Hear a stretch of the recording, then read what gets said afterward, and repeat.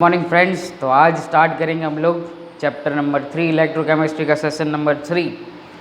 Last time हमने जो किया था इलेक्ट्रोकेमिकल सेल का इंट्रोडक्शन, और उस इंट्रोडक्शन के अंदर हम लोग ने क्या पढ़ा था, तो सेल कंस्ट्रक्शन हमने पूरा किया था with having example of ZnSO4 and CuSO4। और फिर उसमें से भी मोस्ट इम्पॉर्टेंट टॉपिक जो था वो था सॉल्ट ब्रिज, और सॉल्ट ब्रिज का सिग्निफिकेंस क्या होता है वो हमने लास्ट टाइम पढ़ा था। तो उसको थोड़ा बहुत एक रिवाइज करके फिर आज के हम लोग नेक्स्ट सेशन के ऊपर जाएंगे। चलो, तो सॉल्ट ब्रिज क्या होता है, salt bridge, what is the significance of salt bridge. तो सबसे पहला क्या है उसका यूज़, तो वो एक कंप्लीट सर्किट को कंप्लीट करता है, first use is that. Second क्या करता है, तो दोनों जो इलेक्ट्रोलाइटिक सॉल्यूशंस हैं ZnSO4 एंड CuSO4 और एनीथिंग एल्स, तो उनको मिक्स होने नहीं देता है। Third and most important significance क्या था उसका, तो लिक्विड जंक्शन पोटेंशियल को वो मेंटेन करता रहता है। लिक्विड जंक्शन पोटेंशियल का मतलब क्या होगा वो आज हम समझेंगे, what is the meaning of LLJP।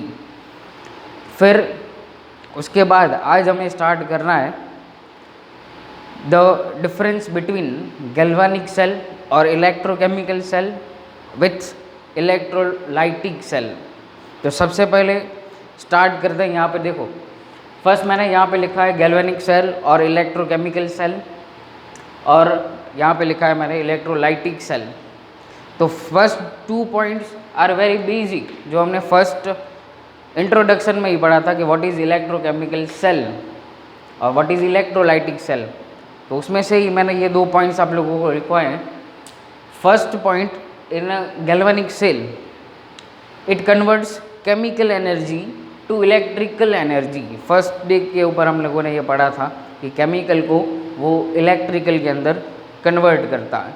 तो उससे ऑपोजिट है इलेक्ट्रोलाइटिक सेल, जो है वो टोटली ऑपोजिट है, 100% ऑपोजिट ऑफ गैल्वानिक सेल।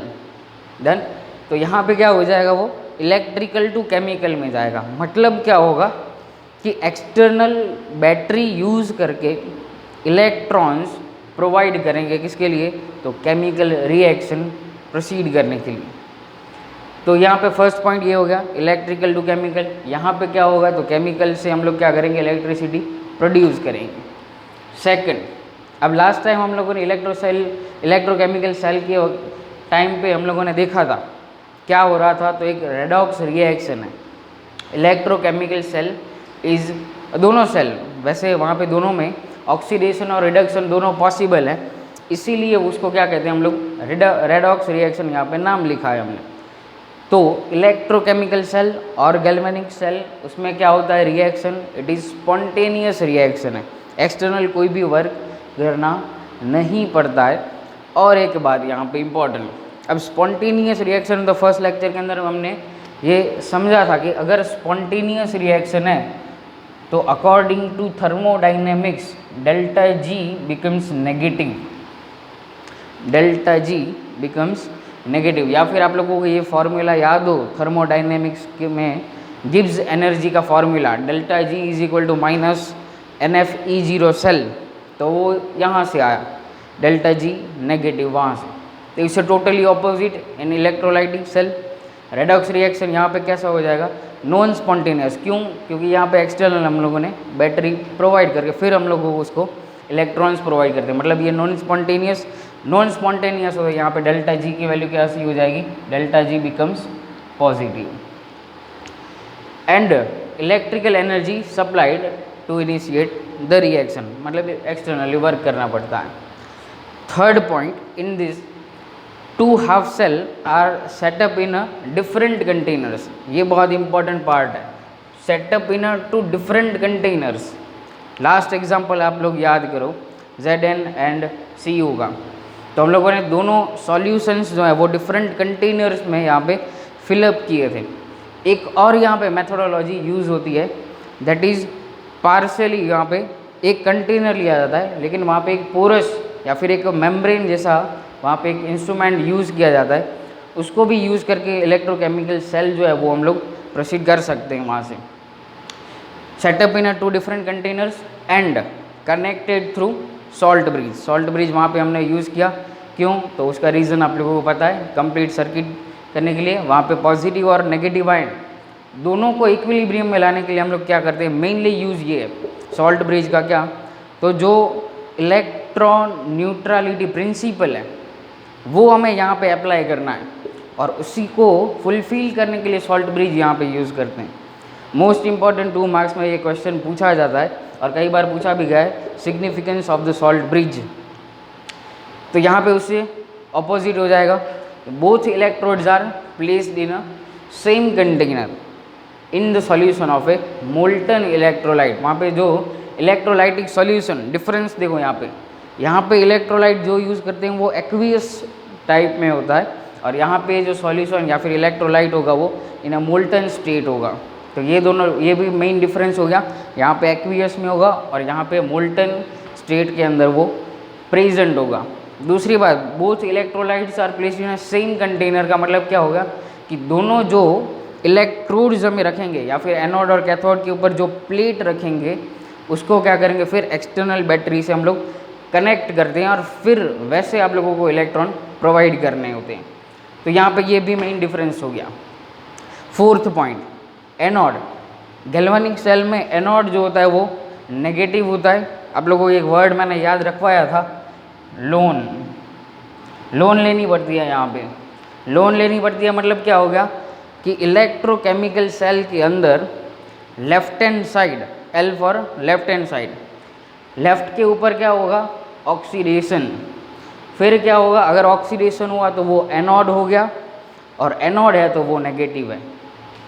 ये लोन याद रखनी है, तो ये याद रह गया, मतलब टोटली ऑपोजिट यहाँ पे, left hand side oxidation, anode and negative.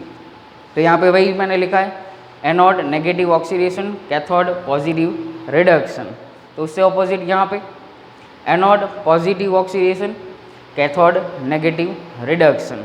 Then यहाँ पे रिएक्शन में कोई चेंज नहीं होगा, हाँ वो याद रखना, सिर्फ साइन चेंज हो जाएंगे, पॉजिटिव एंड नेगेटिव, क्योंकि यहाँ पे हम लोग एक्सटर्नल बैटरी को अटैच करके इलेक्ट्रॉन को प्रोवाइड कर रहे हैं, इसीलिए। 5th point, last point is the electrons are supplied by the species getting oxidized. मतलब जो स्पीसी उस रिएक्शन के अंदर ऑक्सीडाइज्ड हो रही है, Zn gives Zn2 + 2 electron minus, तो वो क्या करेगी, वहाँ से हम लोग इलेक्ट्रॉन सप्लाई करते हैं। The electrons are supplied by the species getting oxidized, and उसका डायरेक्शन क्या हो जाएगा फिर, एनोड टू कैथोड, क्योंकि एनोड, फिर यहाँ पे हमने लिखा एनोड नेगेटिव ऑक्सीडेशन, ऑक्सीडेशन हुआ Zn गिव्स Zn2+, तो ऑक्सीडेशन हुआ 0 से +2 में गया, तो ऑक्सीडेशन हुआ मतलब डायरेक्शन क्या हो गया वहाँ पे, एनोड टू कैथोड जाएंगे। यहाँ पे फिर से उससे opposite, the external battery supplies the electron and direction क्या हो जाएगा, उससे ऑपोजिट, कैथोड टू एनोड। तो ये simple 2 marks question, difference between the galvanic cell और electrochemical cell versus electrolytic cell. अब इसके बाद हम लोग जाते हैं सीधा नेक्स्ट, हमारा जो कंसेप्ट है, नेक्स्ट कंसेप्ट हम लोग लेंगे क्या, तो LLJP को लेंगे, लिक्विड लिक्विड जंक्शन पोटेंशियल। अब liquid liquid junction potential word जो है वो सिंपली, चलो तो अब हम लोग स्टार्ट करते हैं। नेक्स्ट कंसेप्ट हमारा that is LLJP, liquid liquid junction potential. उसको हम लोगों ने कहाँ पे यूज़ किया, तो significance of A salt bridge के अंदर। अब सिंपल है, बहुत हार्ड कंसेप्ट नहीं है। क्या है जंक्शन पोटेंशियल, तो it is the potential difference between 2 different electrolytes. मतलब इलेक्ट्रोलाइटिक सेल या सॉरी इलेक्ट्रोकेमिकल सेल के अंदर हम लोग जो डिफरेंट कंटेनर्स के अंदर डिफरेंट सोल्यूशन या फिर इलेक्ट्रोलाइट ले रहे हैं, उनके बीच में are having different concentrations connected with each other having same और डिफरेंट कंसंट्रेशन। मतलब 2 इलेक्ट्रोलाइट सॉल्यूशन के बीच में जो पोटेंशियल डिफरेंट जनरेट हो रहा है, सिंपल लैंग्वेज में उसको हम लोग क्या बोलेंगे, LLJP। बहुत ही सिंपल कंसेप्ट है। फिर से आप लोगों को एक और बार यहाँ पे बोल रहा हूँ कि भाई इलेक्ट्रोलाइट क्या होगा, सिंपल लैंग्वेज में समझो उसको। 2 इलेक्ट्रोलाइट है, उनके बीच में जो पोटेंशियल डिफरेंस मिल रहा है उसी को हम लोग क्या कहेंगे, LLJP। लेकिन वहाँ पे एक थोड़ी सी प्रॉब्लम है, उसको हम लोग समझेंगे एग्जाम्पल से, एग्जाम्पल मैंने यहाँ पे लिया है KCl एंड HCl सॉल्यूशन के ऊपर। अब ये एग्जाम्पल मैंने क्यों लिया, तो मुझे ये एक्सप्लेन करना है, हैविंग सेम और डिफरेंट कंसंट्रेशंस, अगर दोनों का डिफरेंट कंसंट्रेशन हुआ कोई प्रॉब्लम नहीं है, तो इजीली आप लोगों को वहाँ पे पोटेंशियल डिफरेंस मिल जाएगा। लेकिन मान लो कि ये दोनों सॉल्यूशन हैं, उनका कंसंट्रेशन 1 मोलार हुआ, तो क्या होगा। अब देखो, मान लो कि दोनों का कंसंट्रेशन 1 मोलार है, तो KCl अगर इसको डिसोसिएट करेंगे तो क्या हो जाएगा, K plus and Cl minus मिलेंगे। अब यहाँ पे मैं एक फेज बाउंड्री ड्रॉ करूँगा, और यहाँ पे सपोज करो कि एक KCl सॉल्यूशन है, उसके अंदर K plus ion and Cl minus यहाँ से उसमें घूम रहे हैं, फिर रहे हैं जो भी, और यहाँ पे मैं ले रहा हूँ, यहाँ पे H प्लस Cl माइनस ऐसे कई सारे आयन्स इसके अंदर हैं। अब क्या होगा, तो यहाँ पे फिर से वही प्रॉब्लम आ जाती है, इलेक्ट्रो न्यूट्रलिटी प्रिंसिपल। इक्विलिब्रियम में हमें इसको क्या करना है, लेके आना है, सिंपल। अब देखो, आप लोग देखोगे तो सिंपल एक पता चल जाएगा कि दोनों के अंदर Cl minus is the common ion. अब दोनों को इक्विलिब्रियम में लाने के लिए क्या करना पड़ेगा, तो ये पॉजिटिव आयन जो है दोनों को, उन दोनों को मूवमेंट करवानी पड़ेगी। तो यहाँ पे क्या होगा, कुछ K प्लस आयन्स को इस साइड मूवमेंट करवाओ और कुछ H प्लस आयन्स को इस साइड मूवमेंट करवाएंगे, तो एट द एंड, क्योंकि देखो दोनों का कंसंट्रेशन 1 मोलर सेम, तो एट द एंड क्या हो जाएगा, एट द एंड ये जो पूरा न्यूट्रलिटी यहाँ पे आ जाएगी, मतलब इक्विलिब्रियम इन दोनों सॉल्यूशंस के बीच में एस्टेब्लिश हो जाएगा। तो फिर हमें एक बेनिफिट क्या होगा, यहाँ पे नेट पोटेंशियल जो है, नेट पोटेंशियल क्या हो जाएगा, 0 हो जाएगा। तो वहाँ पे फिर कैलकुलेट करने की ज़रूरत नहीं पड़ेगी। अगर डिफरेंट कंसंट्रेशन है तो इजीली आप लोगों को पोटेंशियल डिफरेंस मिल जाएगा। तो बहुत ही सिंपल कंसेप्ट और सिंपल एग्जांपल से आप लोगों को समझाया यहाँ पे, दो सॉल्यूशन के बीच में potential difference is equal to LLJP।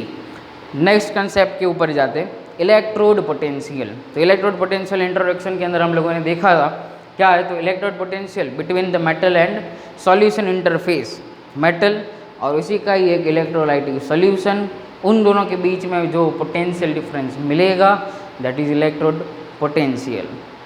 फिर यहाँ पे हम लोग नेक्स्ट टॉपिक क्या है, तो 2 types, first is oxidation potential, second is a reduction potential. अब एक और बात, यहाँ से आप लोगों को 11 साइंस का रिडक्स जो रिएक्शन चैप्टर जो था वो यहाँ से याद आना चाहिए, क्योंकि as it is copy and paste यहाँ पे किया गया है। ऑक्सीडेशन रिडक्शन पोटेंशियल वहाँ पे भी सीखे थे और इस चैप्टर में भी वही एज इट इज़ कंटिन्यू है। तो what is meaning of oxidation potential, first तो ऑक्सीडेशन पोटेंशियल क्या मतलब क्या होता है, तो it has tendency to get oxidise, मतलब अपने आप को ऑक्सीडाइज होने की ट्राई करेगा। हमारे पास इस चैप्टर में one of the best example, पूरे चैप्टर में ये एग्जाम्पल रहेगा, Zn and Cu, one of the best example. कोई भी कॉन्सेप्ट इस एग्जाम्पल से समझाया जा सकता है। तो Zn क्या करता है, तो हमें पता है Zn सॉलिड क्या करता है at equilibrium point, Zn2 plus aqueous के अंदर और 2 इलेक्ट्रॉन माइनस होगा, वो लूज करेगा। Simple. Zn oxidation number calculate करो, प्योर है तो 0, आयन में कन्वर्ट हुआ +2, चार्ज है तो इसका ऑक्सीडेशन पोटेंशियल क्या हो गया, +2।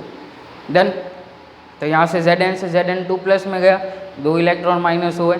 अच्छा, तो रिडक्शन का मतलब क्या होगा, इससे अपोजिट, गेट रिड्यूस्ड, वो रिड्यूस होना चाहेगा, गेट रिड्यूस्ड। तो इससे उल्टा आ जाओ, यहाँ से Zn2 प्लस से Zn में, ऐसे भी लिख सकते हो, Zn2 plus aqueous plus 2 electron minus, reversible arrow and Zn solid. या तो फिर आप लोग ये लो example, Zn plus Cu2 plus gives, Zn क्या करता है, तो ऑक्सीडाइज होके जहाँ पे चला जाता है Zn2 प्लस में, और Cu2 प्लस रिड्यूस होके कहाँ पे चला जाएगा, कॉपर के अंदर। बहुत ही बेसिक एग्जाम्पल मैं यहाँ पे ले रहा हूँ, बहुत ही बेसिक, कोई हार्ड कंसेप्ट यहाँ पे नहीं यूज़ कर रहा हूँ। तो इस रिएक्शन के ऊपर से आप लोग ये दोनों आप लोग फाइंड कर सकते हो। ये साइड क्या हो जाएगा, लेफ्ट हैंड साइड उसको हम लोग रेडॉक्स रिएक्शन में चैप्टर में सीख गए, इसलिए मैं आप लोगों को डायरेक्ट ये बता दे रहा हूँ। Left hand side always anode लिखते हैं, फिर हम लोग लिखेंगे कैथोड को सेल नोटेशन के अंदर। अच्छा, यहाँ पे फिर से आ जाते हैं ऑक्सीडेशन। यहाँ पे क्या हो जाएगा, oxidation potential is equal to it has tendency to get oxidise होना पसंद करता है। यहाँ पे क्या हो जाएगा, रेड्यूस होना पसंद करता है। एक और बात यहाँ पे मैं आप लोगों को एक्सप्लेन करूँ जो मोस्ट इंपॉर्टेंट होगी, यहाँ पे एमसीक्यू के लिए यहाँ पे इंपॉर्टेंट हो जाएगी ये बात। अब एमसीक्यू के लिए क्यों इंपॉर्टेंट है, तो अगर ऑक्सीडेशन पोटेंशियल को हम लोग देखें, ऑक्सीडेशन पोटेंशियल जो है it is directly proportional to the reducing power. अब यहाँ पे ये नया वर्ड आप लोगों को देखने मिलेगा, it is directly proportional to the reducing power. मतलब क्या हो गया, सिंपल वही example Zn2 plus 2 electron minus. तो जितना ऑक्सीडेशन पोटेंशियल ज़्यादा होगा उतना ही वो दूसरों को क्या करता होगा, रिड्यूस्ड करता होगा। इसलिए मैंने यहाँ पे वर्ड क्या लिखा है, रिड्यूसिंग पावर। मतलब ऑक्सीडेशन पोटेंशियल की वैल्यू जितनी ज़्यादा मिलती है उतना ही उसका रिड्यूसिंग पावर जो होता है, मतलब दूसरों को रिड्यूस करने की जो स्ट्रेंथ है वो भी क्या होगी, उतनी ही मैक्सिमम होगी। तो इससे ऑपोजिट हम लोग रिडक्शन पोटेंशियल के लिए भी लिख सकते हैं, reduction potential is directly proportional to तो क्या हो जाएगा, ऑक्सीडाइजिंग पावर। ओपी का मतलब ऑक्सीडाइजिंग पावर। तो ये दोनों कंसेप्ट आप लोगों को कहाँ पे यूज़ करने हैं, एमसीक्यू के अंदर। हाँ, सम में कहीं कहीं पे दिखेंगे, बाकी सम इसके ऊपर होते नहीं हैं। तो फिर यहाँ से क्या हो जाएगा, ये दोनों मोस्ट इंपॉर्टेंट पॉइंट जो है वो आप लोगों को याद रखने पड़ेंगे।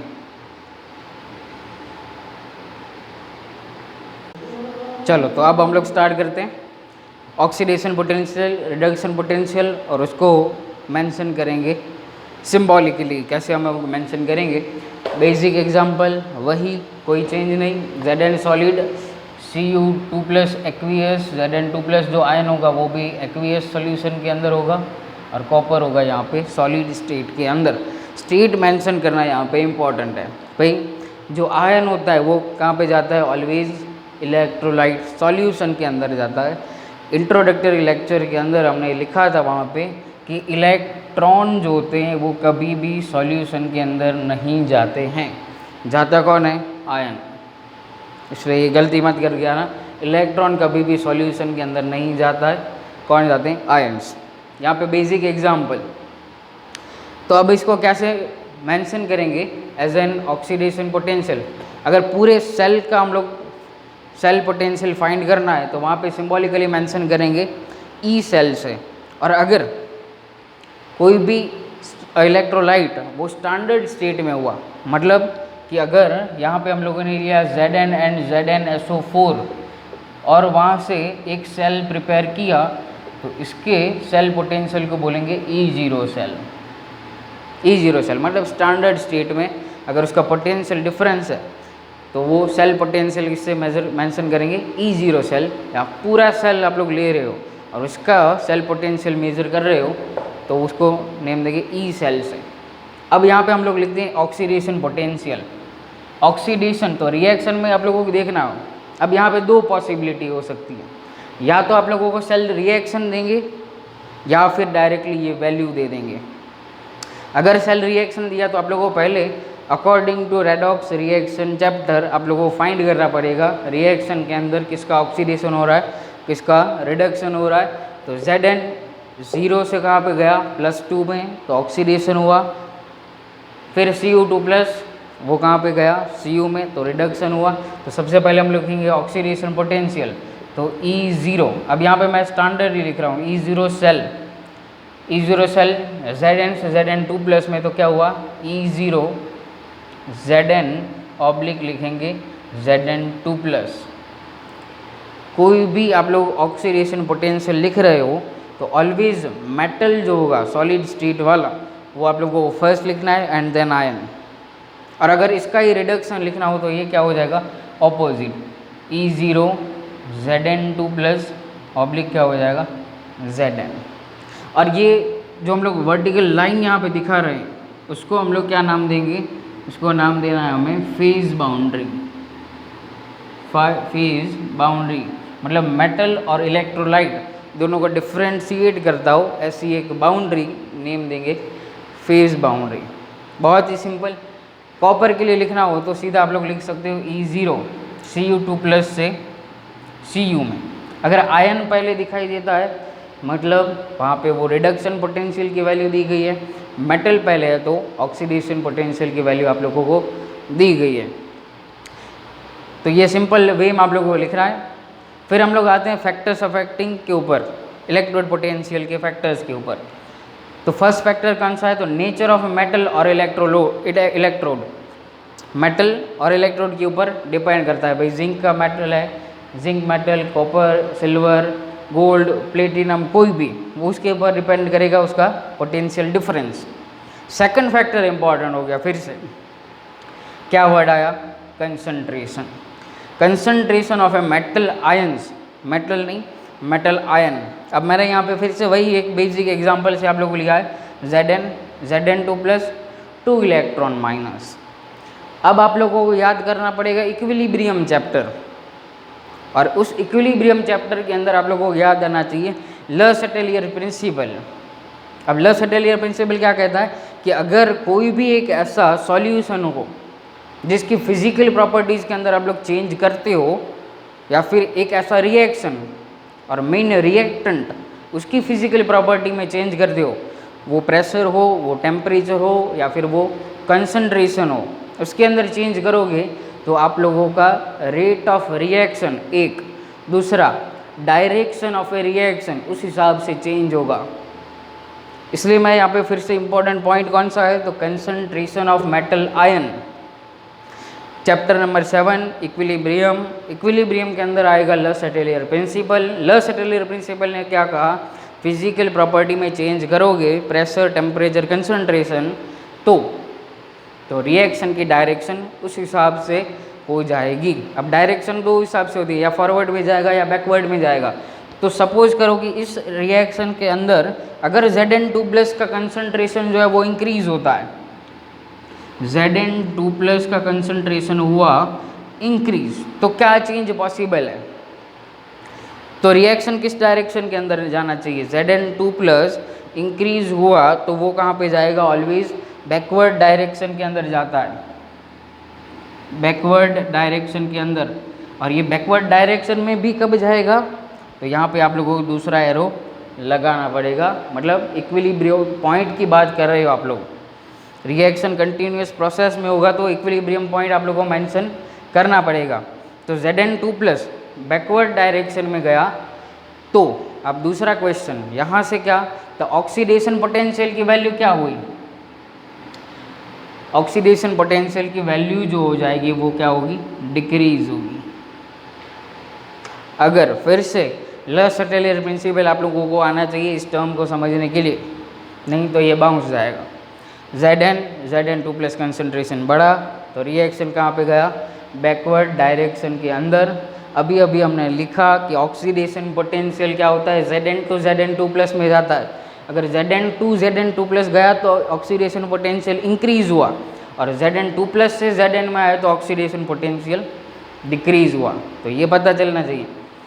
तो ये इंक्रीज हुआ तो अब इससे अपोजिट चला जाएगा वो Zn2 प्लस, अगर डिक्रीज हुआ तो डायरेक्शन हो जाएगी फॉरवर्ड डायरेक्शन, और ऑक्सीडेशन पोटेंशियल क्या हो जाएगा, इंक्रीज। तो इसीलिए ये पॉइंट जो होता है वो इम्पोर्टेंट हो गया कि कंसंट्रेशन के ऊपर डिपेंड कर गया। और थर्ड फैक्टर जो होगा वो टेम्परेचर, टेम्परेचर के ऊपर भी आप लोगों को डिपेंड करता है। सिंपल पॉइंट, आगे बढ़ते हैं। नेक्स्ट है हमारा सेल नोटेशन। अब आप लोगों को यहीं से मैं यहाँ पे जंप मारूंगा। सेल रिएक्शन वही लिखा है, क्या simple basic general cell notation क्या हो जाएगा, एनोड हाफ सेल। ये सिंबल किसका है, ये सिंबल हो जाएगा हमारा सॉल्ट ब्रिज का, सॉल्ट ब्रिज। तो आप लोगों को यहाँ पे एक क्वेश्चन भी, ये भी शायद दिमाग में उठे या ना उठे, 2 लाइन ही क्यों लिखी यहाँ पे वर्टिकल, वो एक क्वेश्चन होना चाहिए। अभी तक हमने जो भी लिखा यहाँ पे सिंगल लाइन लिखते थे, कोई भी दोनों मेटल और इलेक्ट्रोलाइट को डिफ्रेंशिएट करने के लिए लेकिन यहाँ पे सॉल्ट ब्रिज के लिए 2 वर्टिकल लाइन का यूज़ क्यों किया गया? तो उसका रीज़न ये है कि हम लोग क्या करते हैं, दोनों कंटेनर के अंदर ऐसे करके हम लोग क्या करते हैं, वहाँ पे सॉल्ट ब्रिज को अटैच कर दें, फिर यहाँ से कॉटन को फिलअप कर दें, और फिर यहाँ पे क्या होता है, कोई भी एक ऐसा सॉल्यूशन जो क्या कर रहा हो, सर्किट को कंप्लीट कर रहा हो, और फिर क्या पॉजिटिव और नेगेटिव आयन को बैलेंस कर रहा हो। तो इसीलिए हम लोग दोनों कंटेनर में यूज़ कर रहे हैं। तो ये फेज़ बाउंड्री डिनोट कर रहा है, और ये लेफ़्ट की फेज़ बाउंड्री और ये राइट की फेज़ बाउंड्री, तो दोनों डिफरेंट है, इसलिए यहाँ पे 2 वर्टिकल लाइन को यूज़ किया गया, उसे नाम दिया गया सॉल्ट ब्रिज। चलो अब इसको हम लोग क्या डिनोट करना है, ZnCu2 plus Zn2 plus Cu।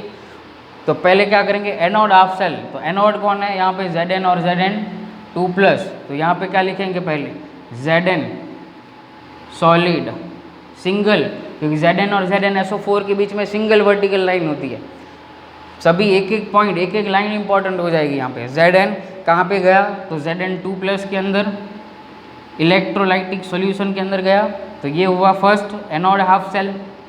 फिर आएगा बीच में 2 वर्टिकल लाइन, मतलब सॉल्ट ब्रिज। सामने कौन है, तो कॉपर और CuSO4 का सॉल्यूशन। तो वहाँ पे क्या हो रहा है, तो रिडक्शन। तो पहले कौन आएगा, तो Cu2 प्लस। क्यों Cu2 प्लस आया, क्योंकि वहाँ पे कैथोड में जा रहा है, रिडक्शन रिएक्शन हो रहा है, +2 में से 0 में जा रहा है, ऑक्सीडेशन पोटेंशियल डिक्रीजेज बाय 2। तो क्या लिखेंगे हम लोग, पहले Cu2 प्लस किस फेज में होगा, तो एक्वियस में, फिर से सिंगल वर्टिकल लाइन और कॉपर सॉलिड। 2 पॉसिबिलिटी फिर से, या फिर क्वेश्चन के अंदर सेल दिया गया होगा या रिएक्शन दिया गया होगा, फिर से 2 पॉसिबिलिटी फाइंड करने को बोलेंगे, भाई Zn2 प्लस का कंसंट्रेशन फाइंड करो। तो यहाँ पे आप लोग पॉसिबिलिटी जो भी क्वेश्चन में दिया गया हो, 1 मोलार, 0.1 मोलार, 5 मोलार, जो भी, तो ऐसे करेंगे हम लोग सेल नोटेशन। और दूसरा मैंने यहाँ पे एक एग्जांपल लिया गया है, और मैंने यहाँ पे एक वर्ड भी मेंशन किया, सेंटेंस मेंशन किया है, मेटल सरफेस इज प्रेजेंट, मतलब pure Zn and pure copper is present as an anode and cathode. लेकिन यहाँ पे क्या है, तो Cr2 प्लस आयन जो है वो इलेक्ट्रॉन को गेन करके कन्वर्ट हो जाता है Cr3 प्लस के अंदर। तो ये एक ऐसा क्वेश्चन है जहाँ पे आप लोगों को कन्फ्यूज़न होगी। तो इसका सेल नोटेशन करना है तो कैसे करेंगे, एक ही रिएक्शन दिया गया है, और ये हाफ सेल है, पूरा सेल नहीं दिया गया, दोनों सेल को मेंशन नहीं किया, हाफ सेल है। तो हाफ सेल है तो भी देखो +2 में से +3 में जा रहा है, मतलब ऑक्सीडेशन नंबर इंक्रीजेज बाय 1, तो मतलब ऑक्सीडेशन रिएक्शन हुआ, दैट इज कम फ्रॉम। तो लेकिन इसको मेंशन कैसे करेंगे as a cell, half cell को। अब मान लो कि यहाँ पे ऑक्सीडेशन हो रहा है, मतलब लिखेंगे एनोड हाफ सेल, और एनोड हाफ सेल है तो Cr2 प्लस में से Cr3 प्लस में जाएगा। और इस वर्ड के ऊपर, इस सेंटेंस के ऊपर आप लोग ध्यान दोगे तो आप लोग को पता चलेगा कि यहाँ पे क्या चेंज होना चाहिए। तो फर्स्ट लेक्चर के अंदर मैंने आप लोगों को समझाया था टाइप्स ऑफ इलेक्ट्रोड। ये इलेक्ट्रोड पोटेंशियल था, उसके type different types of electrode, तो उसमें 2 टाइप थे।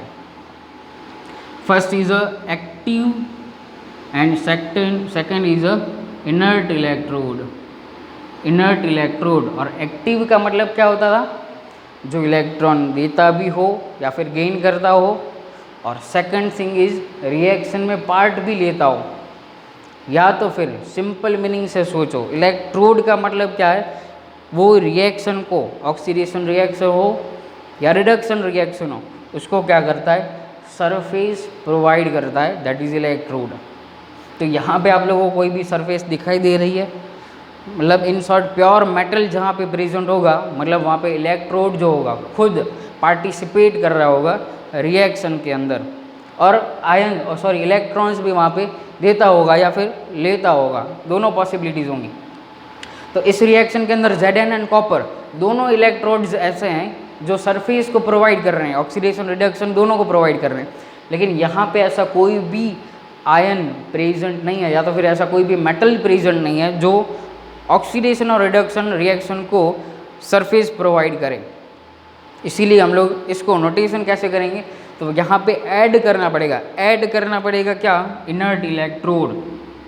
इनर्ट इलेक्ट्रोड, और यहाँ पे हम लोग यूज़ करेंगे प्लेटिनम इलेक्ट्रोड का। मतलब क्या हो जाएगा, अगर हम लोगों को लिखना है E0 देन Cr2+, फिर यहाँ पे आप फेज बाउंड्री नहीं दिखाएंगे, कॉमा करके क्या लिखेंगे Cr2+ converts into Cr3+ and having platinum electrode, क्योंकि रिएक्शन करने के लिए हमें एक चाहिए सरफेस, इसीलिए यहाँ पे भले ही आप लोगों को लिखा नहीं है प्लेटिनम, लेकिन एक्सटर्नली ऐड करना पड़ेगा प्लेटिनम इलेक्ट्रोड, और फिर आप लोग मेंशन करोगे ऐसे, फिर इसकी भी जो भी वैल्यू आप लोगों को दी गई हो वो आप लोगों को लिखना है।